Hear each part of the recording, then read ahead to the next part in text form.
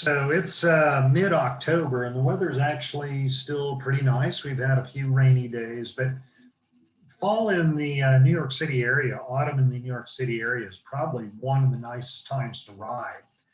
And it doesn't really start getting cold until, in my recent experience, like December or so.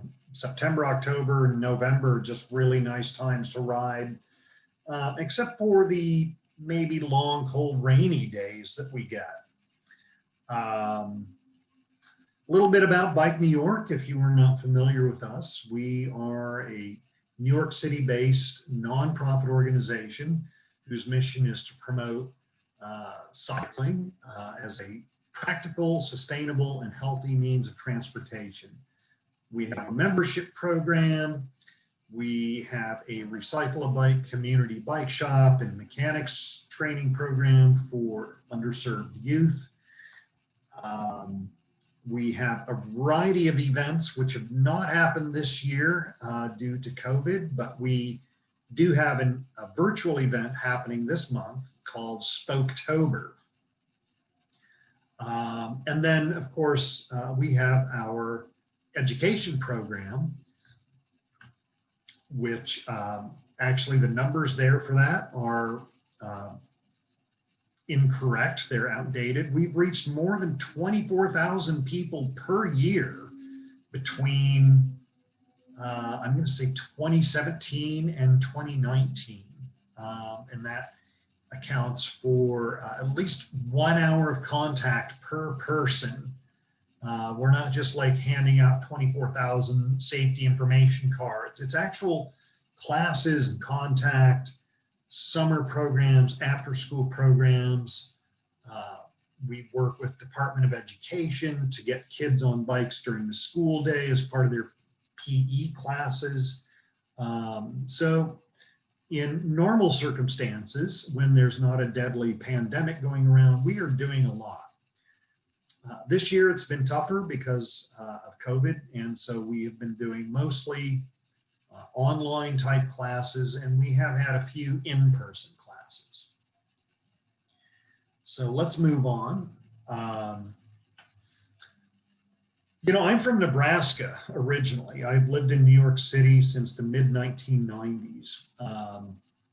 And when I was growing up in a small town in Nebraska, I would often ride my bike to middle school during the cold weather months. And I went to college in Omaha, which, you know, the place where I lived was so close to campus, it really wasn't worth riding.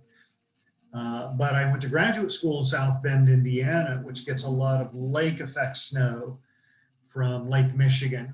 And I rode a mountain bike most days of the year round if I could. Sometimes things got a little bit too deep or too cold.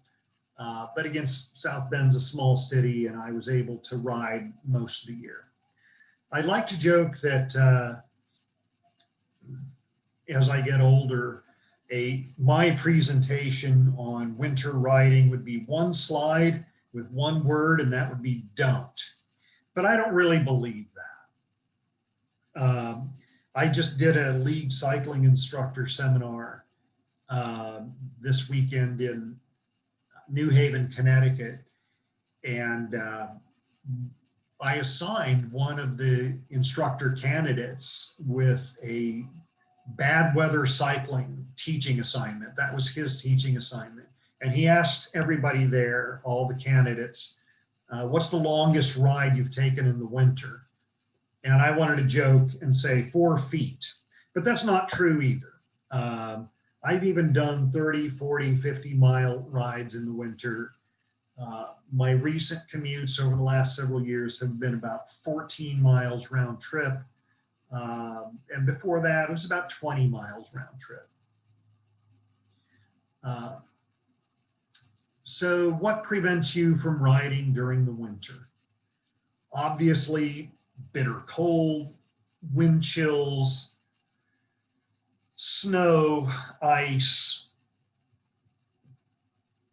things like that. And I have to say, getting out of the house in the morning, getting out of my apartment, um, that those first few moments on a bitter cold wind chill day are pretty challenging. But then in my first few minutes of riding are all downhill, so I don't get any, I'm not doing any work, and it's really cold. But then after I reach the bottom of that downhill section, which is just 2 to 3 blocks, I actually have to start pedaling. And your body's an engine, and it heats up. It's an organic engine. It gets hot like any other engine. And I arrive at work after 7 miles, and the last mile of my commute is all uphill. And I arrive at work with my winter gear on. And when I shed some of that winter gear, I am sweating like it's a summer day. So there are some benefits to winter cycling. And of course, a lot of people are interested in winter cycling because of COVID, that they don't want to get on the buses and the subways and the trains that are maybe going to be more crowded during the cold weather months. The nice thing about winter cycling is that, there's not always going to be snow, ice, and salt on the ground. A lot of times it's dry. It's just going to be kind of cold. And I sort of feel like in New York City, I'm not sure where everybody's joining us from tonight, but our winters have been getting warmer. There's fewer snowstorms. The few that we do get don't seem to accumulate much snow, that the snow sort of turns to sleet and slush and rain, which in itself is not terribly pleasant. And that we just haven't been getting a lot of that stuff. So, it's stayed mostly dry. Now, before we get further on into our presentation, I am here by myself as a Bike New York staff member. I don't have an admin person helping me. So my suggestion for questions, comments, is to put those in chat. And I have everybody muted right now just for background noise issues. Sometimes people start with conversations that are loud, doing dishes, preparing supper. So we want to weed out that background noise. This slide deck is not that long. We'll go through it fairly quickly. And then we will have time for questions, discussion, comments at the end. So we're going to talk about what's the best type of bike to have during the winter. We'll talk about tires and traction and other kinds of gear that are useful for cold weather riding. We'll talk about what to wear and how to stay warm. And we'll talk about riding technique on slick and wet surfaces. And then finally, we'll talk about how to take care of your bike in terms of storage and winter maintenance. So what's the best type of bike for winter riding? There's a lot of bikes out there. There's a lot of new technology.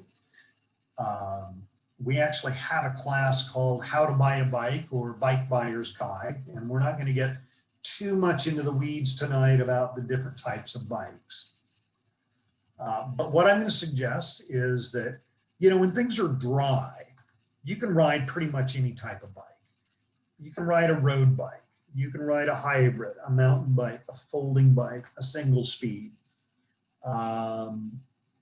But when things get icy, or there's snow falling, or accumulated snow on the ground, or packed snow on the ground, or melting snow, some of those bikes might not be great choices. What I'm going to recommend for winter cycling, especially when things get on the dicier side, is bikes that have lower center of gravity, wider tires, more of an upright seating position.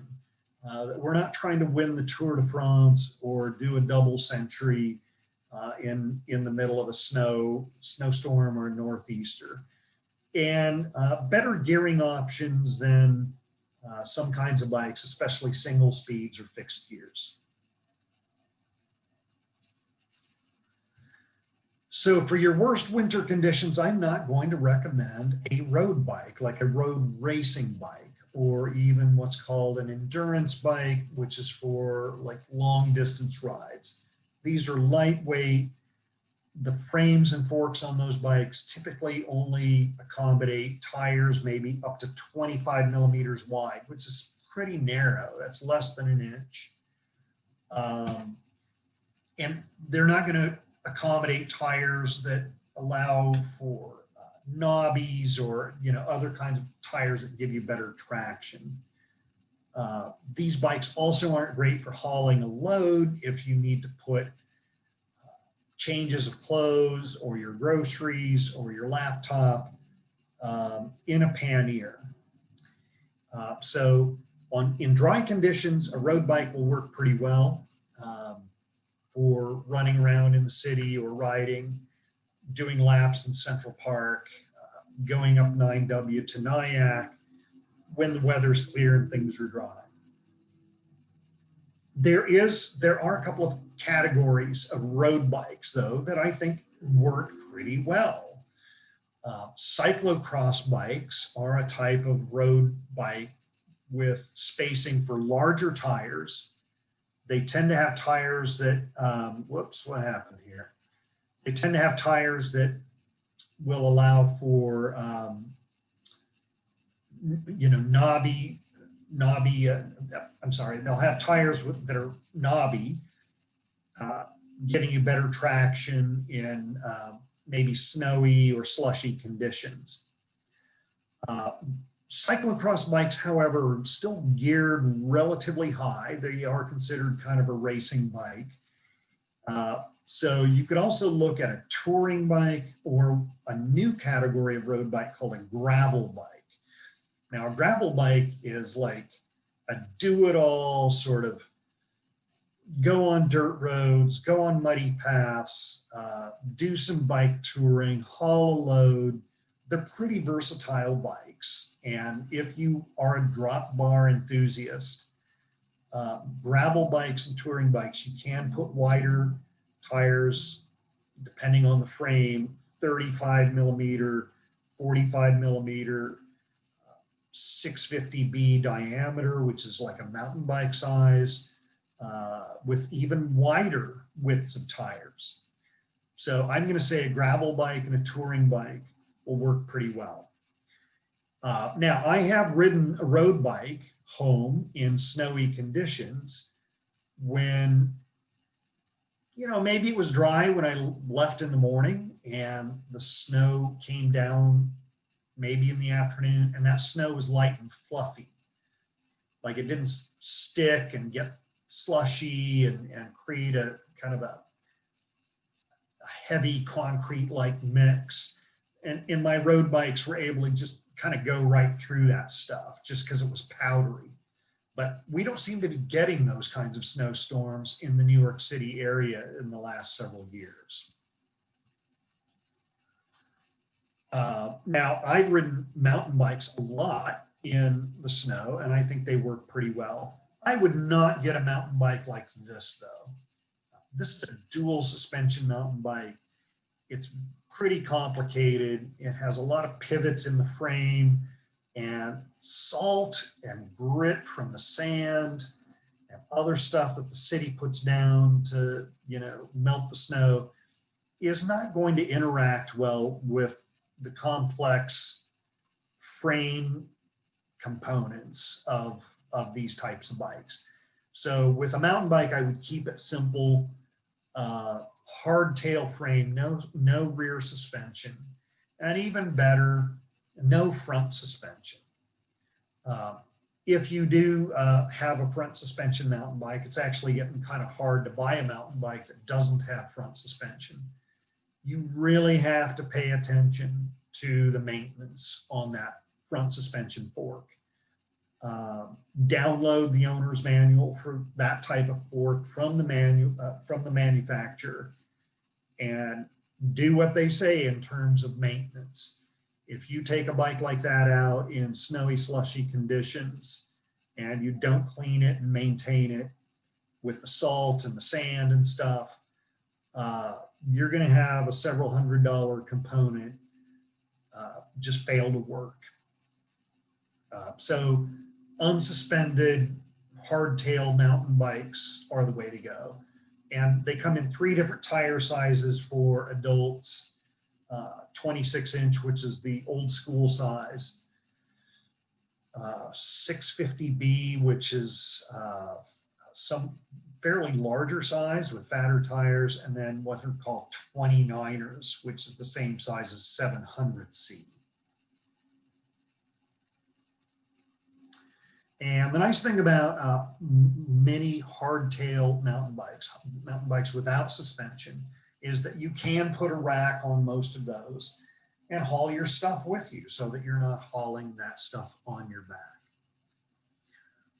Another good choice for winter riding is hybrid.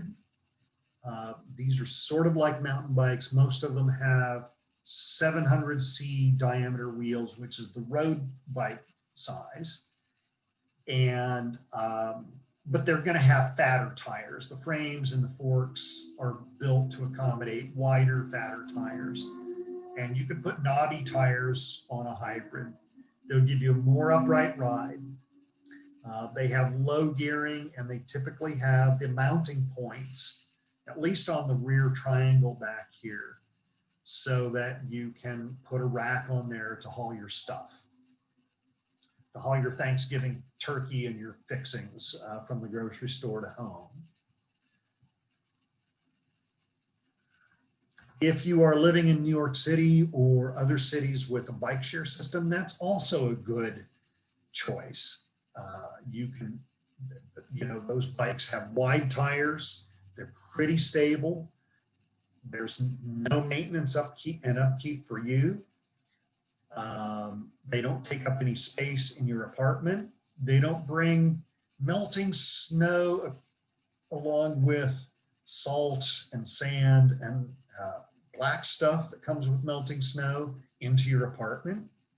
They have built-in fenders and usually a little basket or something to carry stuff. So that's also a good choice.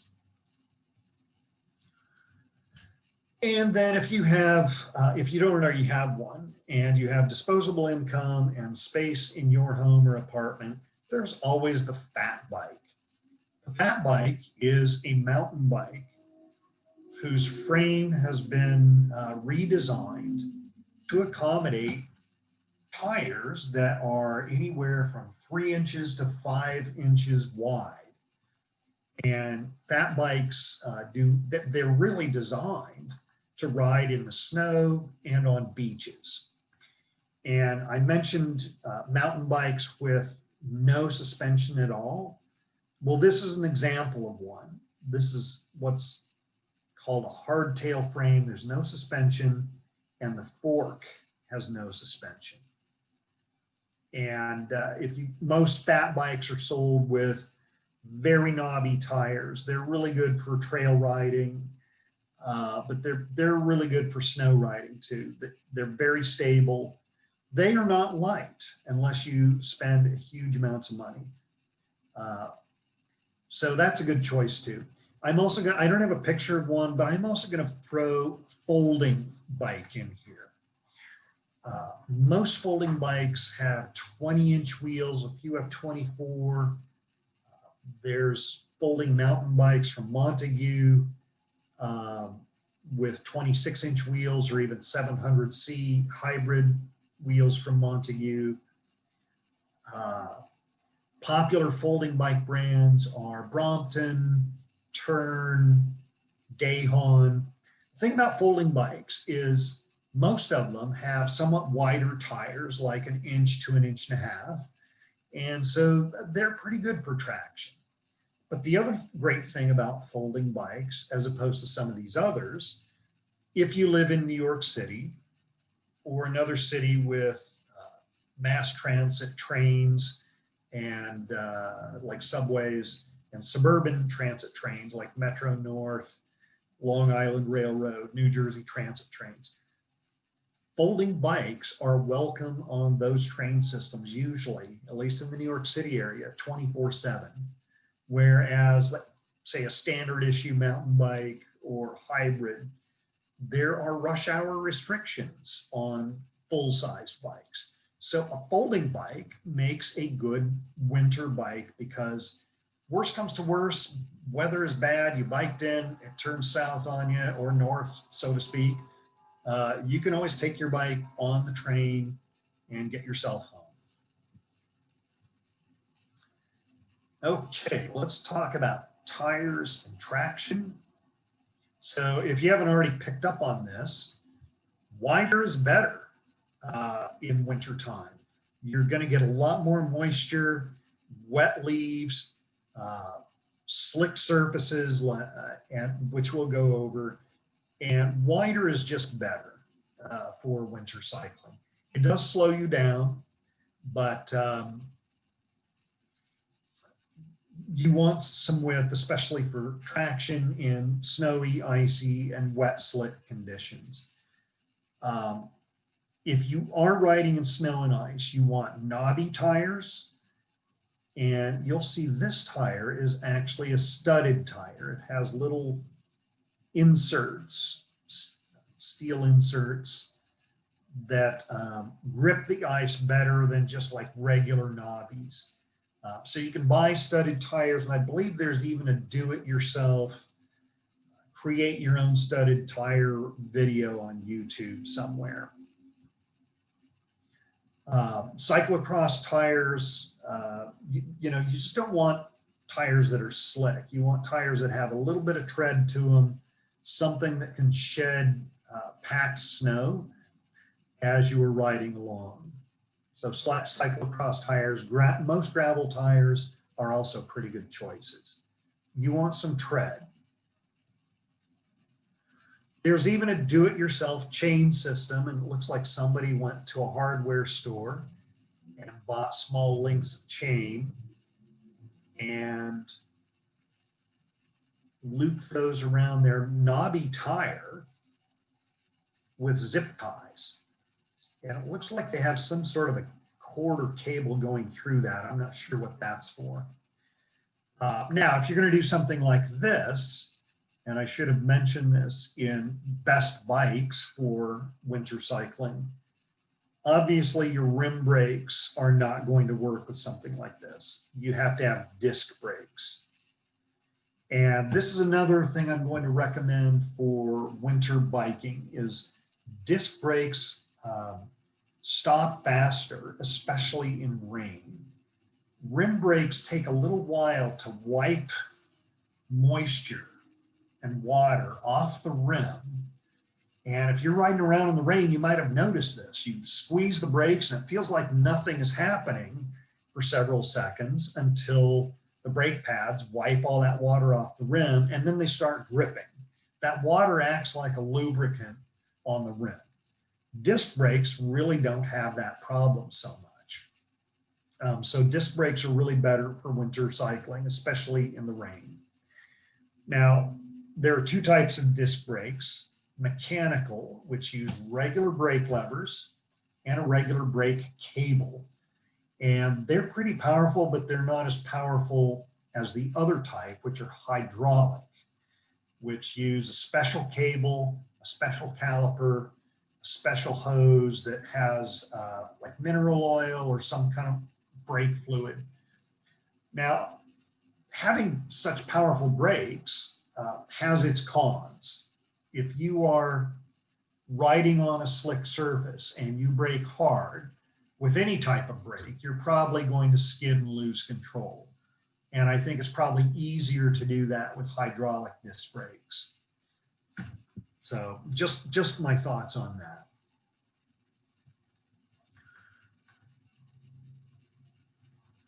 So one thing to think about in terms of tires, especially if things get snowy, icy, you want more of your tire contacting the surface than you would maybe in dry conditions. Now let's keep in mind that when you pump your tires up and you go outside and it's really cold, and let's say you have 60 pounds of pressure in your hybrid or your mountain bike tire, that cold air is going to cause your tire the air inside is going to compress some, and you will have a softer tire outside after several minutes than you did when you pumped it up inside. So that's one thing to keep in mind. You lose air pressure without the tire actually losing air.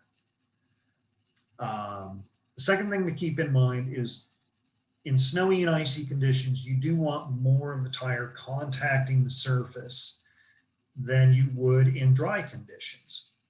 Most people in dry conditions want not that much of the tire contacting the surface because it's more efficient to ride that way.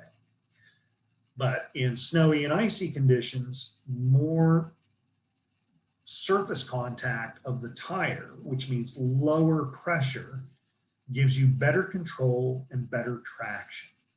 And this is why fat bikes can go down to 5 pounds of pressure, 3 pounds of pressure, and you'd never ride any other kind of bike with that type of pressure because you'd get a flat tire or it would just be way too much work. So fat bikes tend to have extremely low pressure tires, even though you can inflate them up to 25, 30 pounds like a car tire. Okay, well, let's move on. We will get to questions at the end. So if you were riding in the rain or slush, I'm going to recommend fenders. Fenders will keep your body cleaner and drier, your feet drier, your behind and back drier, even the back of your neck and the back of your head drier and cleaner. There's fenders like these, which are meant to be kind of like semi-permanent. You bolt them on. It takes, maybe take an hour to install these or an hour to uninstall these. The other type are sort of like quick release, quick on, quick off. They won't protect your bike as well as these full protection fenders, but they will keep stuff off of you, especially your backside from your butt clear up to your head from spray from the back tire. Now, if you are riding around in the snow, fenders that are fitting fairly closely to your tires can get packed with snow and kind of make it unrideable. So you want some space between these types of fenders and your tires, and these kinds of fenders might actually be a better choice, the quick release fenders, because they're easier to adjust on the fly for snowy conditions.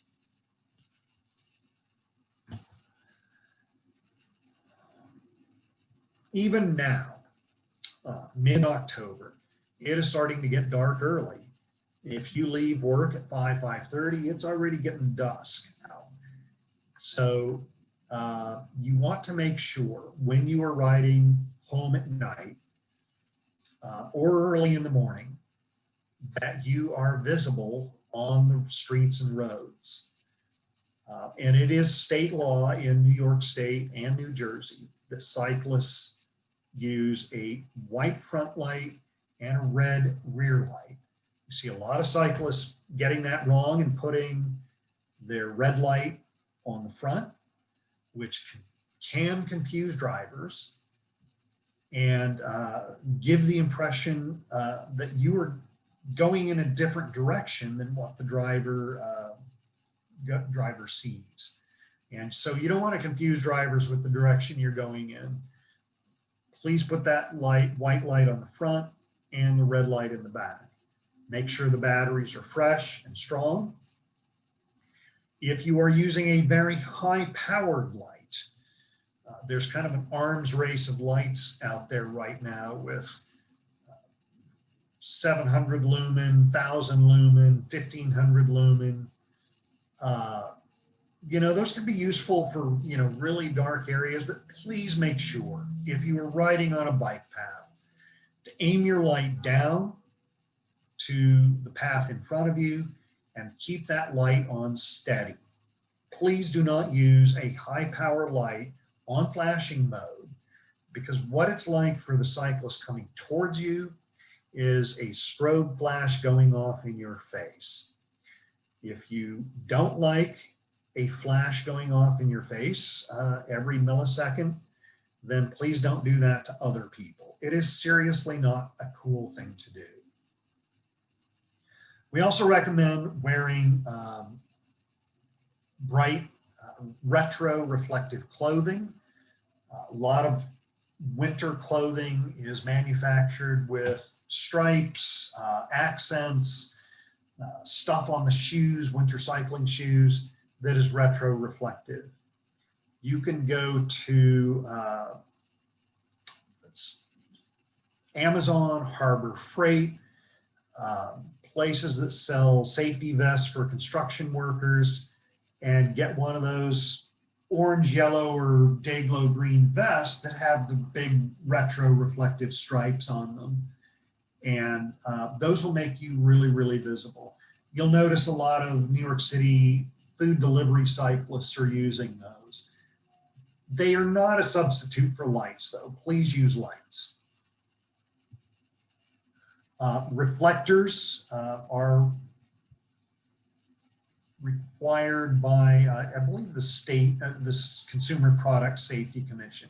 If your bike has reflectors, that's great. Reflectors are not a substitute for lights. They are only visible from certain angles. They're often fragile, they break, they might be obscured by things like racks, fenders, seat bags. So please make sure that you are using lights, because reflectors are not an adequate substitute. All right, let's talk about what to wear so that you stay warm. So of course we recommend a helmet, and there are different types of helmets out there. This is my daughter, by the way, and she's wearing a kind of like summer road helmet that's really ventilated. You can get neoprene helmet covers that will resist the air coming in, or you can just buy a helmet that has fewer vents in it, like one of the skate helmets. Most of the manufacturers make a variety of helmets. So what to wear? So you don't want to wear cotton against your skin. If you have a longer ride, you're going to start sweating. And let's say you have to stop for some reason. Maybe you get a flat tire and you need to fix it. All of a sudden that sweat against your skin is going to start getting cold, and your body temperature can start going down from that.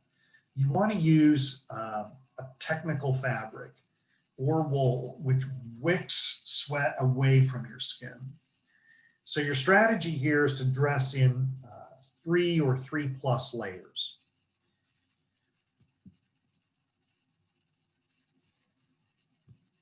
This little thing is blocking my view. Okay.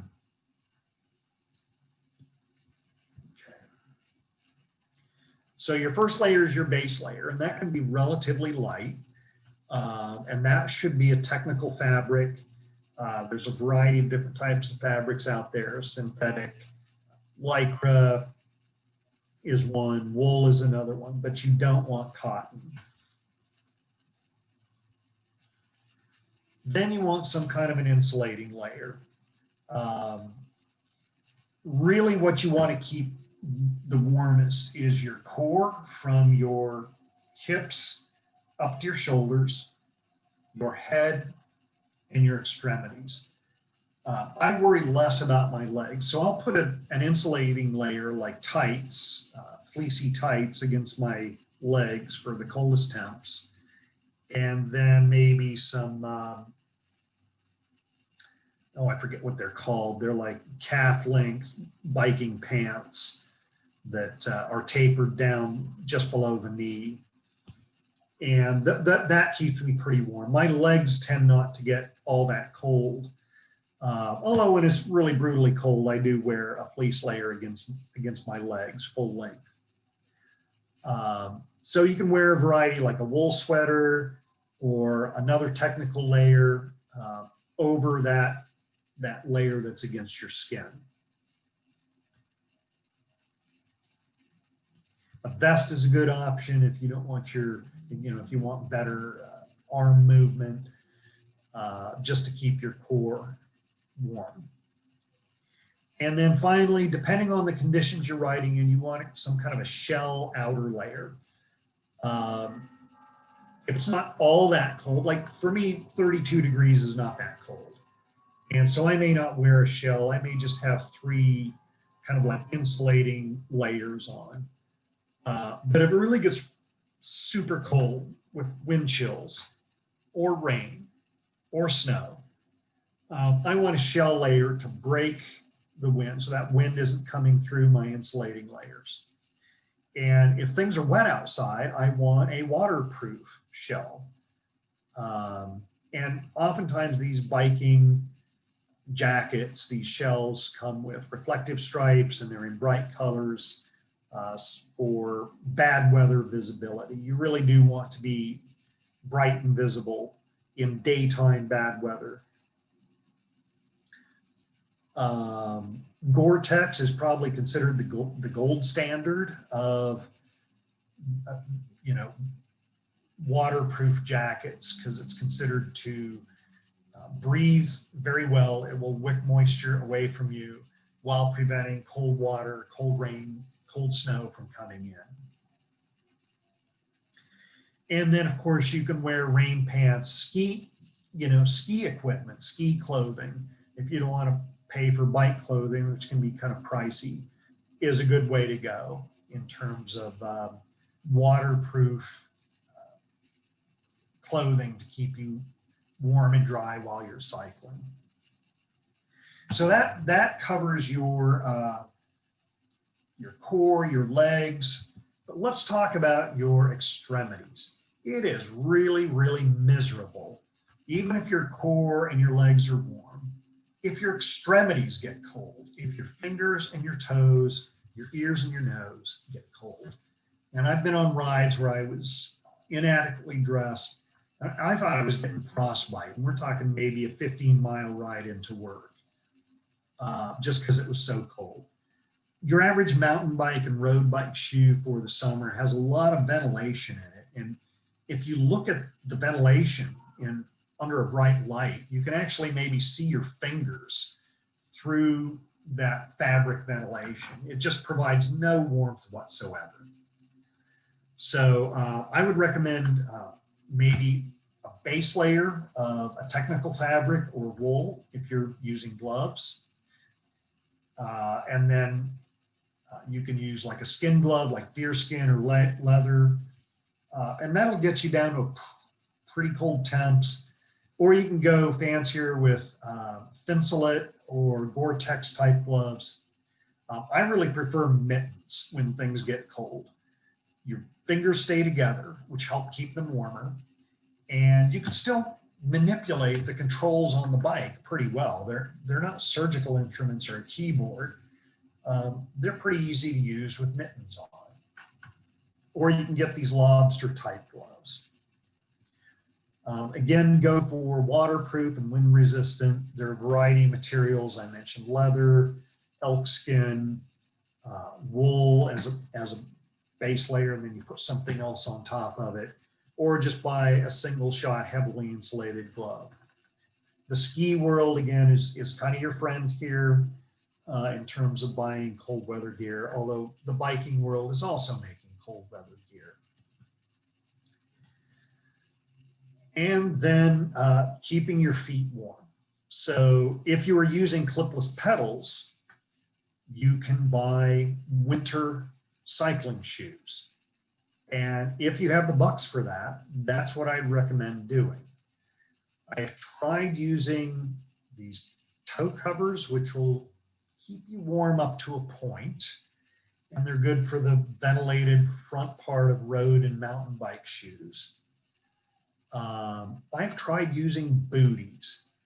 And I find that booties take more time to put on in the morning and take off when I get home or when I get to where I'm going.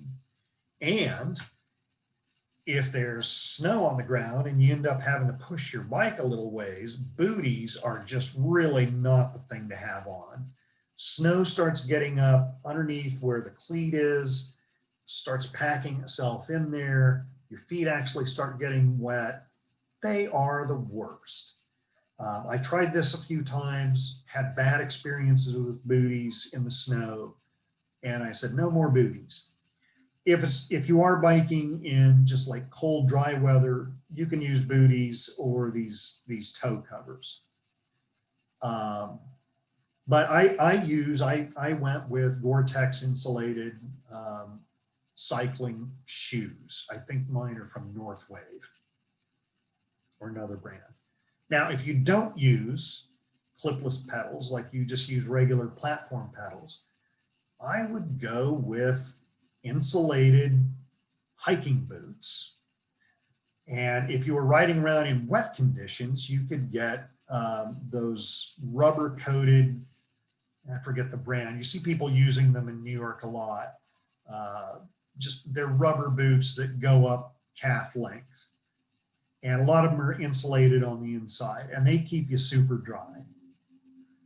Regardless of which type of boot you're using, I would recommend wool socks because they wick moisture better and they keep your toesies warmer than cotton or lightweight synthetic socks. And then of course you want to keep your head warm. Your ears, your nose, especially, you don't want your head losing temperature. I myself am a big fan of the balaclava. I don't wear it like this person here. I don't wear it over my nose or my mouth because I use glasses when I ride and it starts venting stuff up, condensation up into my glasses. I wear it around my chin. It keeps my ears warm, it keeps my forehead warm. You can wear it easily under a helmet. Some people use just a thin layer cap. This is from the Gore company that makes Gore-Tex. Some people use buffs or scarves. Those are also pretty flexible. If you are riding in the flying snow and sleet, you don't want that stuff getting into your eyes. I've ridden in snow nor'easters in the wrong direction with just my glasses, and it was like BB guns firing into my eyes, this stuff. So you can use ski goggles. Those are meant to be worn without fogging up, and I've used those before. Or you can wear like a contractor's glasses that protect your eyes from like flying wood chips or flying metal shards from construction work. And those will protect your eyes from flying snow or bits of ice during the winter time. So let's talk about your riding style. We're not going to talk about road skills and road safety. That's a different class, our Street Skills 301 class. But you know, how you ride in the winter does make a difference to your safety. So let's just be aware of the different kinds of slick surfaces out there. With cities and counties throwing a lot of salt mixed with sand or gravel on the roads, after that stuff melts and even after things dry out, one of your road hazards are patches of gravel and sand, especially when you need to turn. So keep on the lookout for that. That stuff can be thick where it accumulates, causing you to lose traction or control. But more importantly, if you need to make a turn and you do a sharp turn on loose gravel or loose sand, your bike's going to slide out from under you. I'm going to say wet leaves have been the bane of my existence over the years, and we are now approaching in New York City wet leaf season. And of course, New York City likes to put big steel plates down over street construction sites where they dig a big hole for some reason. Those plates are supposed to be covered with, coated with a gritty surface, but not all of them are. Some of our bridges have a steel grate or a steel mesh deck. Any kind of wet steel is as slick as ice. And even if it isn't freezing, if it's wet and it's steel, it is very slick. And then of course, there's icy conditions. I rode home from a meeting in Brooklyn one winter night several years ago, and it was sleeting, and I was riding over the Brooklyn Bridge, and the Brooklyn Bridge is a wood deck, and that, whatever was going on, it got colder faster than anything else, and it was extremely slick. When I got off the Brooklyn Bridge, there was sleet kind of starting to collect on the streets and on the bike path, and that was okay. The sleet was, it had a texture to it. But then as I got further north and things got colder, the bike path, that we're talking the Hudson Greenway, just became slick as ice. And I actually, you know, even just riding in a straight line, I couldn't maintain control of my bike. I fell down, skidded out a couple times. So let's just talk about some wet, slick surfaces or loose surfaces. The main thing you want to do is basically relax, coast your way through them. Don't make any sharp turns or turns at all if you can avoid it. And don't use your brakes while you're on them, because that can cause you to skid out and lose control. Now that's just like temporary slick surfaces, like a steel plate, like a patch of leaves, or a patch of ice.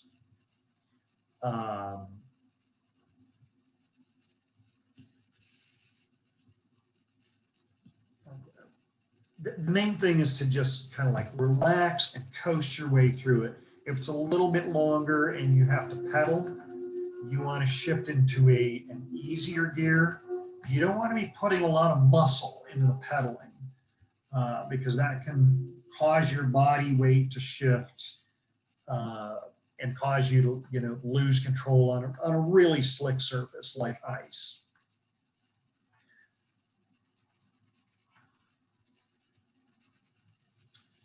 You might note that streets are sloped or should be sloped towards the side so that the center part will melt first and probably have better traction.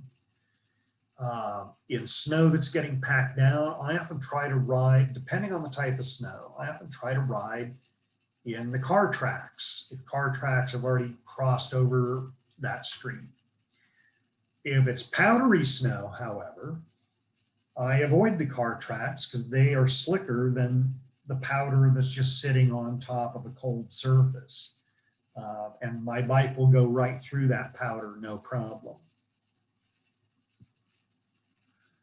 Now, our staff member who created this slide deck suggests learning to identify good ice and bad ice. And I'm like, what in the heck is good ice and bad ice? So bad ice is black ice. It's hard, it's bonded to the surface.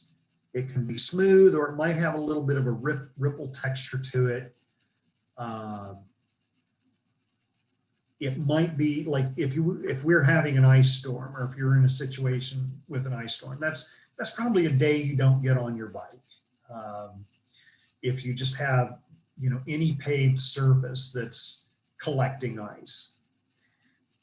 There's types of ice though that have more texture and are rideable as long as you don't go crazy. Like you keep the speed moderate, you be careful on turns, like you don't take sharp leaning turns, and you take it easy with the brakes. With braking, you want to use more with your back brake, light on the brakes, anticipate it's going to take you longer to stop. You know, don't just race up to an intersection and slam on the brakes, because your wheels are going to lock up on a slick surface and you're going to have an unplanned trip to the ground. Getting back to ice though, you want to watch out for black ice, you know, ice that crackles, like maybe there was a puddle and the top froze and then maybe it evaporated or something. That stuff will crack and it probably won't cause you to lose control. Sleet has a texture to it as it accumulates on the ground. That stuff wasn't terribly slick either. One thing to watch out for is when you're on the bike path, like the Hudson River Greenway or any New York City bike path. I've got to say, sometimes New York City is not so great at plowing these things. The highways will be dry and clean and the bike paths will still be packed with snow, you know, a week after a snowstorm. But sometimes they are pretty good at plowing them. And what they'll do is they'll plow it, it pushes the snow off to the side. And they might salt the path, and that's great. They're doing what they can to keep cyclists safe. But what happens is if you have a warmer day where the temps get above 32 degrees, and maybe it's sunny, the snow along the side of the path will start to melt, and the water will accumulate on the path in spots. Sometimes that water will evaporate and dry out. Other times it will not. As it gets to be nighttime, that water will start to freeze on the path. And so you will have a cleared path, but you might have patches of ice. So please be aware of that. The other thing to be aware of is after a snowstorm, maybe well after the snow is melted, is frost on the path. And this was one of my recent spectacular crashes. Was the path seemed clear and dry. There were no patches of ice, and we're talking the Hudson River Greenway. But there was frost on the path, and there was enough of it that it was like ice. And I went around kind of a little curvy spot around 158th Street, and wham, the next thing I know, the bike is just out from under me. So please be aware that, you know, a humid night, things freeze, you get a frost. The salt seems to attract some humidity or create some humidity on the path that you can get, you know, an icy stretch on what seems like an otherwise clear path. Again, I'm not trying to scare you or ward you off here from riding in the winter or riding in these situations. It's just being aware and knowing how to react to them, what to watch for, taking it easy with the braking, moderating your speeds as you approach anything like a curve or a turn will help you keep your bike from sliding out from under you in slick conditions. Please do keep in mind that bridges might freeze sooner than the rest of the roadway. You have to control your descent. There is, I believe this is a New York City bridge report from Department of Transportation on Twitter, probably on Facebook also, that you can check before you go out and ride. And then worst comes to worst, if you live, you know, in a city like New York with good public transportation resources, you can put your bike on the train. New York City is great. You can get a bike on a subway 24/7, theoretically. If you are in the middle of rush hour, in the middle of the line at Grand Central, you're probably not getting your bike on that train, ever, at least until like 11 o'clock at night or something. And you want to put your bike on the ends of the subway car, not in the middle. If you live in a city that really doesn't have trains and subways, a lot of cities have buses with bike racks on the front, and you can put your bike on the rack. And then, of course, there's the option of just bailing entirely, where you just say, nope, I am not going to ride my bike that day. And that's completely legitimate. You can set your own conditions. I like to laugh. We had a staff member at Bike New York who would say, I'm not going to bike if it's colder than 65 and warmer than 75 or 80 or something like that, which is a pretty narrow band. Well, she was from California and was used to these like nice moderate temperatures. But you can set your own conditions. You can say, hey, when that wind chill gets below 20 degrees or 15 degrees, I'm not going to go biking. I'm not going to get out there. If we're having a nor'easter or a blizzard and the snow is getting wet and heavy and thick, you can say, not today. But you can bike most of the year round if you use the right equipment, the right clothing, if you take care of your bike. Speaking of which, if you are riding out in the wintertime, you are going to need to pay more attention to your bike maintenance. And we've already mentioned adjusting the tire pressure in your tires for snowy and icy conditions. You will need to lube your chain more often. I ruined a couple of chains and I thought I was doing a good job, but I'd ride in snow with salty, slushy conditions. I'd get home, I'd lube it, and those salty, slushy conditions might last a few more days. And I'm like, I lubed it a couple days ago. And the next thing you know, my chain is frozen solid with rust, and it is not rescuable. So please clean and lube your chain a lot if you are riding in snowy, slushy conditions. Keep an eye on your brake pads for accumulated grit, accumulated wear. Keep your rims clean. It does take more time if you like to keep a clean bike to ride in the wintertime. You might have to loosen your cables. The way you do this is you put your chain, if it's the back wheel, put the chain in the biggest gear, the biggest ring, and then release the cable using the shifter, but leave the chain where it's at on that big ring. And then you could pull the housing out of its stops at the various points on the bike. And you can expose the cable that goes through that housing, put some lube on it. I just use chain lube. You can drip some lube down inside the housing and then put it back. And I do that everywhere where there's housing, cable going through the housing. A lot of bikes now are just using entire lengths of housing between the shifter and the derailleur, or the brake and the brake lever, and it's harder to do that maintenance. But those are also sealed up a lot better than these bikes with bits of exposed cable.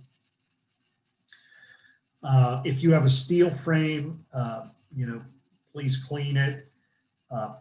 You can have a bike shop before winter take the crankset and the bottom bracket out and spray something called frame saver, or you can use linseed oil, boiled in linseed oil, which repels water and protects your steel frame from accumulating water. And water does try to accumulate down in those frames.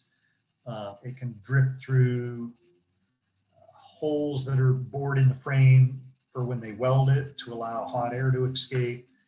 It can accumulate through the seat post.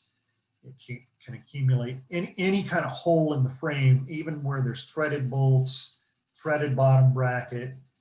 Bits of water can get in there if you are riding in rain. So particularly with steel frames, you want to protect the bottom bracket area so it doesn't rust, because that's where the water flows down in there. Don't use a hose on your bike if it gets really nasty, muddy, dirty, slushy. I just use a spray bottle full of really, really soapy water. Like, I'll fill it almost all the way full, and then I'll put a huge amount of dish soap in that spray bottle, and that will keep my frame and the parts clean.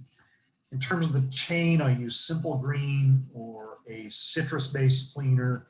I spray it on there with a rag, wipe it off, and put a good wet lube. You want a wet lube for your chain during the winter time. And then there's parking. If you live in New York City, sometimes parking can be a challenge. If you have a landlord or an employer who is not bike friendly, if you have 5 flights of stairs and no elevator to get up to your apartment.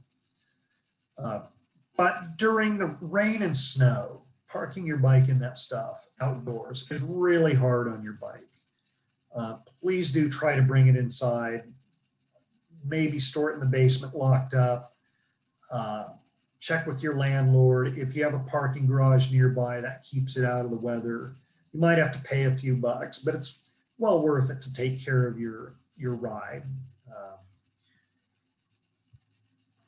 And of course, if you are locking up outside, please do make sure that you lock your frame to something sturdy and lock both of your wheels.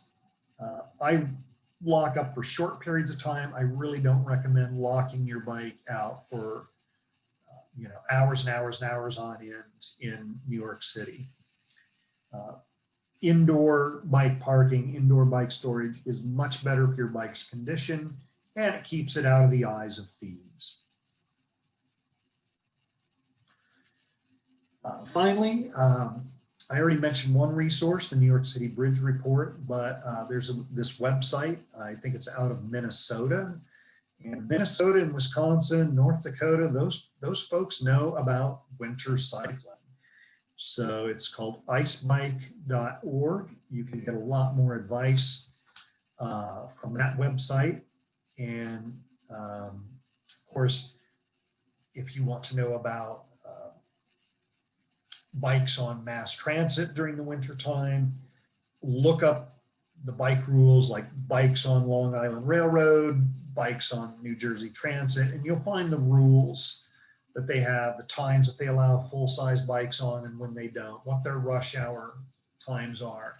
They're generally pretty bike friendly, but they do have some restrictions, certain holiday restrictions for Thanksgiving, Christmas, and New Year's, as well as rush hour restrictions. And certain weekend trains also have restrictions. That is the end of our slide deck, and I am going to get out of the share here, and we're going to open it up to questions. Thank you for staying with us. I see we have a lot of questions or comments in chat. I haven't had a chance to look at them. I am going to, let's start with the chat comments and questions first. All right, we have Rich from Washington Heights. I am across from you in Kingsbridge, Bronx. We have a question from Nora B. How do folding bikes do in wintry weather and snow? And I'm going to say I don't know, because I'm not sure I've ridden a folding bike, but I did mention that most of them do have wider tires. They are geared pretty low, or geared like a conventional bike, and they are more mass transit friendly. The only type of folding bike I would say would maybe not do all that great in snow is a single speed. I do think you want gears, especially if the snow starts to get kind of heavy. And if you do have a folding bike, please pay attention in terms of maintenance to the folding mechanisms, the quick releases that hold the bike tight, the hinges. Keep those lubed and cleaned. There's going to be some maintenance you have to do to keep your folding bike going. Brompton as a folding bike, man, those are really nice bikes, but they have, I'm going to say, more hinges and proprietary parts. So please take care of the the hinges and the folding parts, the latches, keep those lubed. You can probably just use chain lube or ask your Brompton dealer what they would recommend. What I will say about Brompton is they use 16-inch wheels. I really have no idea how that's going to go in the snow, but you could probably get on a folding bike forum like bikeforums.net. I'm sure Brompton itself has forums, and you can ask people, how's this work in the snow? All right. So Miles asks about blinking lights. So the question is, with a normal strength front light, do you recommend it on blinking or non-blinking mode? The same question with the rear light. So the problem is I don't know what a normal strength light is. Your least expensive lights are meant to be seen and not to see. And there's a difference. I'm going to say anything over 100, 200 lumens starts to get into a pretty bright light. If you are on the bike path, please keep your front light on steady mode and keep it aimed some feet in front of your front wheel. If you have it aimed at the chest or the head of riders coming towards you, you are ticking people off and blinding them. Please don't do that. If you have a high power light with different power settings and you are on the bike path, if cyclists are approaching, please make sure it is on the lowest non-strobe power setting. Once that cyclist has passed you, you can put it back on bright again. With the rear lights, I don't have a good answer to that question. Again, monitor the power of your rear light. Some of them aren't all that powerful. They can be seen from a long distance, but they're not tremendously bright. But I followed some folks with some pretty powerful rear lights. And the more powerful it is when it's on strobe, it is really obnoxious to follow it. I'm also going to say the strobing issue for more powerful lights can be a health hazard. There are folks out there with epilepsy, and strobing lights can trigger an epileptic seizure. So please keep those things on steady. We have a comment. I probably shouldn't read every comment since I think everybody can see them, about Smart Wool and Darn Tough. There's wool hiking socks, REI, Campmore. There's a couple of other different, sporting goods retailers in the New York City area that are really good. I'm trying to think the ones in New Jersey. There's a small chain. I want to say Jersey Outdoors, but that's not the right one. Ramsey Outdoors. Ken asks, can ski goggles be worn over eyeglasses? I actually don't know. I think I have done it, but I'm not 100% sure. We've had so little snow the last few years. I can't even remember what I do with my ski goggles. It might depend on your glasses. You can try it and see what happens. Otherwise, if you are using glasses, get something with bigger frames. My problem with snow is I had these like little grandpa glasses with skinny frames, and stuff just came flying right through those.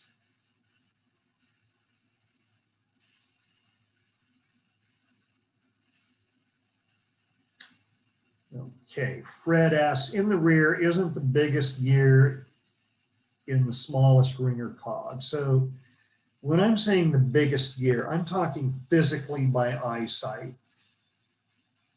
You can say, oh, that's a big gear, but that's actually in the back a small cog. I'm talking when you're looking at it, the widest diameter cog in the back, which is actually your lowest ring.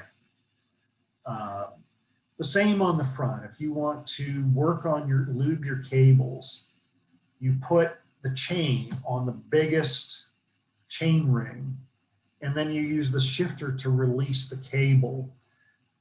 If you have a constant run of housing where the cable is completely inside the housing, this isn't going to help you out. But if you have runs of bare cable, usually along the straight lines of the frame, you put the chain in the physically biggest cog, you release the cable using the shifter, you pull the housing out of the stops on the frame, you expose that cable that's inside the housing and put some lube in there. And that will lube your cables.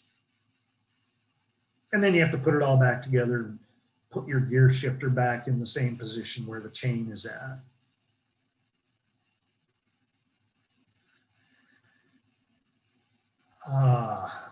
You know, we get this question every class we teach.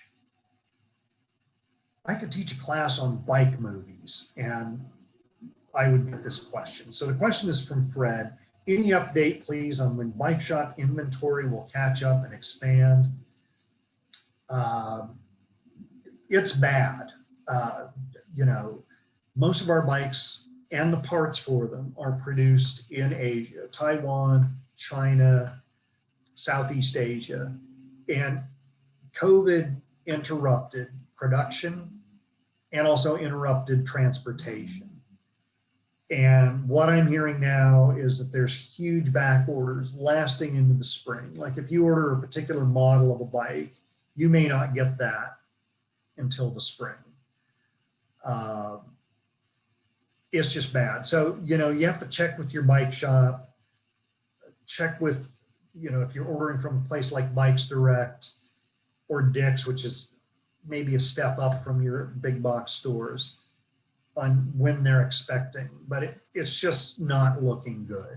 And it's just a terrible situation where there's huge demand and the supply is not there.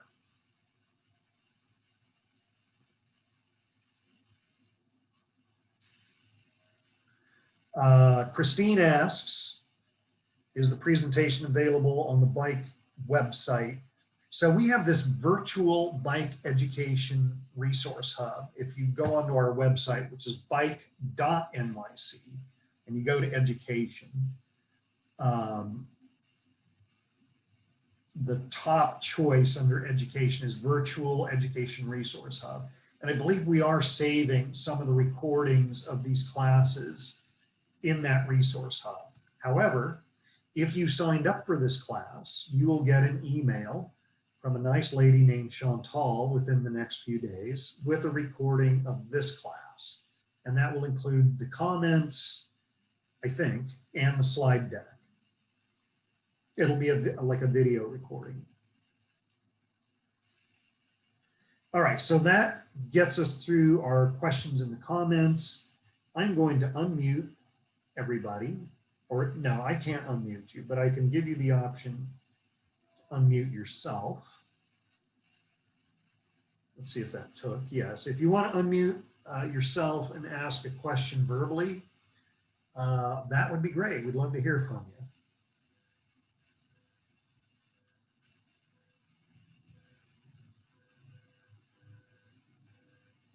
Oh, hi, Rich. This is Steve. Hopefully you can hear me.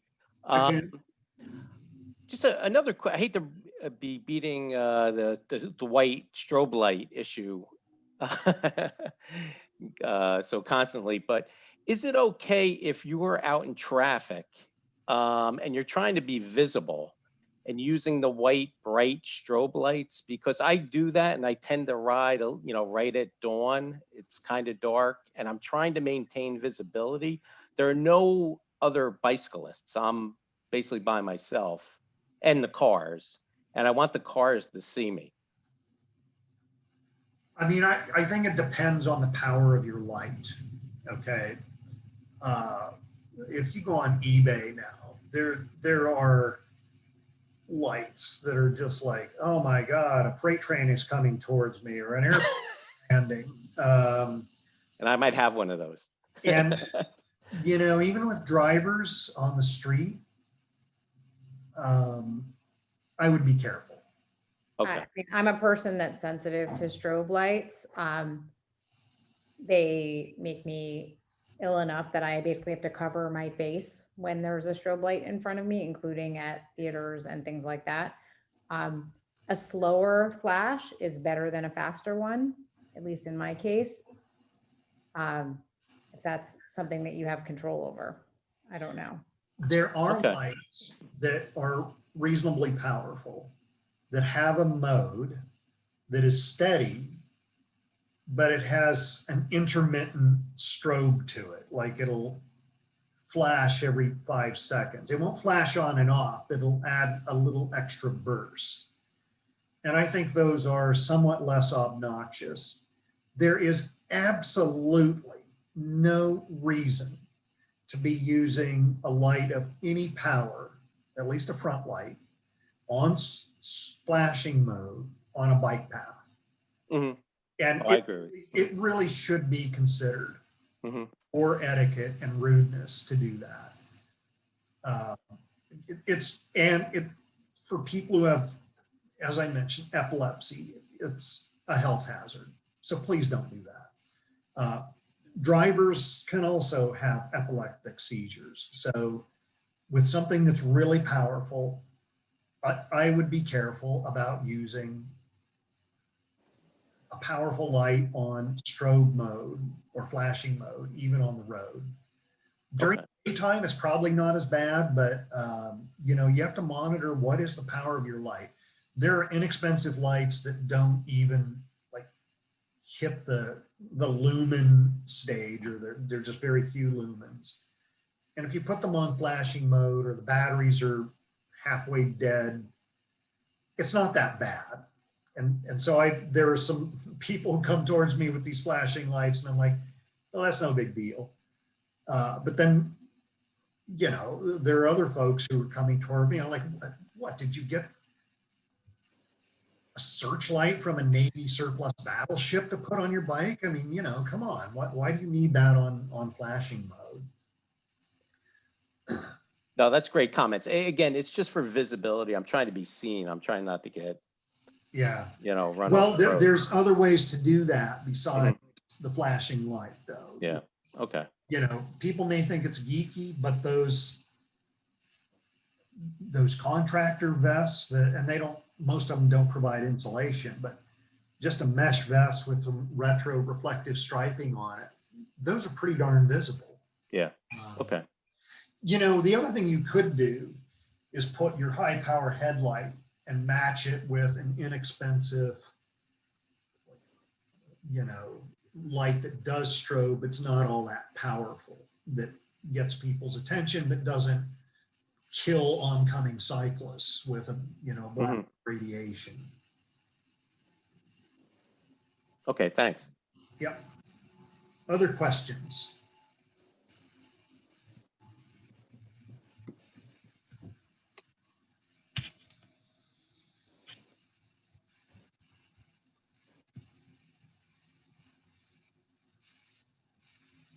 All right. Well, listen, get your bikes ready. If you don't already have it, get the right gear to keep yourselves warm and toasty, and keep riding through the winter. You know, I should have mentioned early on that it's in the slide deck, but it's better for your health. I mean, we have shorter daylight hours. We're kind of cooped up. We might be cooped up due to COVID. At least get out there and ride with yourself or your significant other, your family. Little short rides, commutes to work, under your own conditions. You can set the conditions when you're going to ride during the winter. It's, you know, helps keep the winter fat off and makes you better prepared for spring and summer riding if you keep riding during the winter time. We appreciate you joining us for this class tonight. You've been a patient audience with great questions and comments. We'll get a follow-up email with more resources and a recording of this this class tonight. So I did have one last question. My apologies. go ahead. I had seen online that there were some detours that were where the Hudson River Greenway is shut for some segments, or was maybe a month ago. I don't know if that's still the case or if it's sort of continuous now, the length of Manhattan again. I don't know. You might check Parks Department, uh, Riverside Park Conservancy controls part of the Greenway north of 72nd Street. It's a state agency that controls the Greenway south of 72nd. Yeah. The Greenway has not been shut.